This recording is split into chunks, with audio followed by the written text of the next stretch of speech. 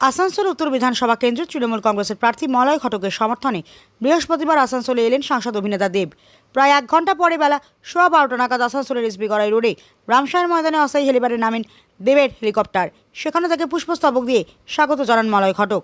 এরপর দেব মলয় ঘটকের সঙ্গে হুটখোলে গাড়িতে চাপেন। রামসায়ের ময়দান থেকে বেলা 12:30 থেকে শুরু হয় দেবের রোড শো। দেবকে দেখতে ভিড় ছিল চোখে পড়ার মতো। আসানসোল গ্রাম ঘুরে দেবের road show SB Garai road হয়ে আসানসোল আদালত সংলগ্ন খড়ি মোড়ে শেষ হবে।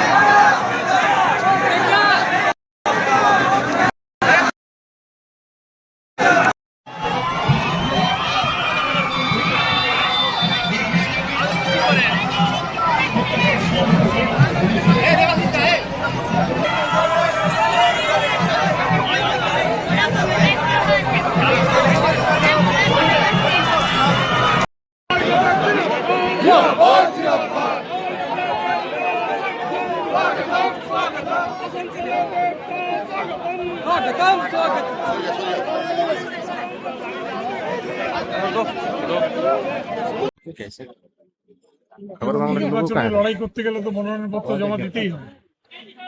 আজকের দিনটা আমরা পছন্দ করেছি, ঠিক করেছি যে আজকের দিনে আমরা নমিনেশন দেবো, 12:30টার আগেই দেবো। তো এই আমাদের চলচ্চিত্র শিল্পী দেব, উনি আজকে আসছেন, ওনার একটা রোড শো আছে, সেই রোড শো কমপ্লিট হয়ে গেলে আমরা দেব। দাদা, বিভিন্ন এলাকাতে প্রচার করলেন, সারা কেমন পাচ্ছেন? ব্যাপক শোনা। মানুষের কাছে উন্নয়নের বার্তা নিয়ে কি যাচ্ছেন? তো উন্নয়ন আমরা অনেক করেছি, তো মানুষকে তো বলার দরকার নেই। সব উন্নয়নগুলো আসানসোলেই হয়েছে, সবারই চোখের সামনে হয়েছে। ইউনিভার্সিটিও চোখের সামনে হয়েছে, এই সুপার স্পেশালিটি হসপিটালও হয়েছে চোখের সামনে। DM office, CP office, district জাজের কোর্ট, সমস্ত বিল্ডিংগুলোই তো চোখের সামনে। এছাড়াও ইউথ হোস্টেল হয়েছে, মহিলা থানা হয়েছে, আইটি হাব হয়েছে, অনেক কিছু। দাদা, এসআইআর নিয়ে যে একটা বিতর্ক চলছে, প্রচুর নাম বাদ গেছে, এমনকি মানে বাবার ছেলের নাম আছে, বাবার নাম নেই, কি বলবেন?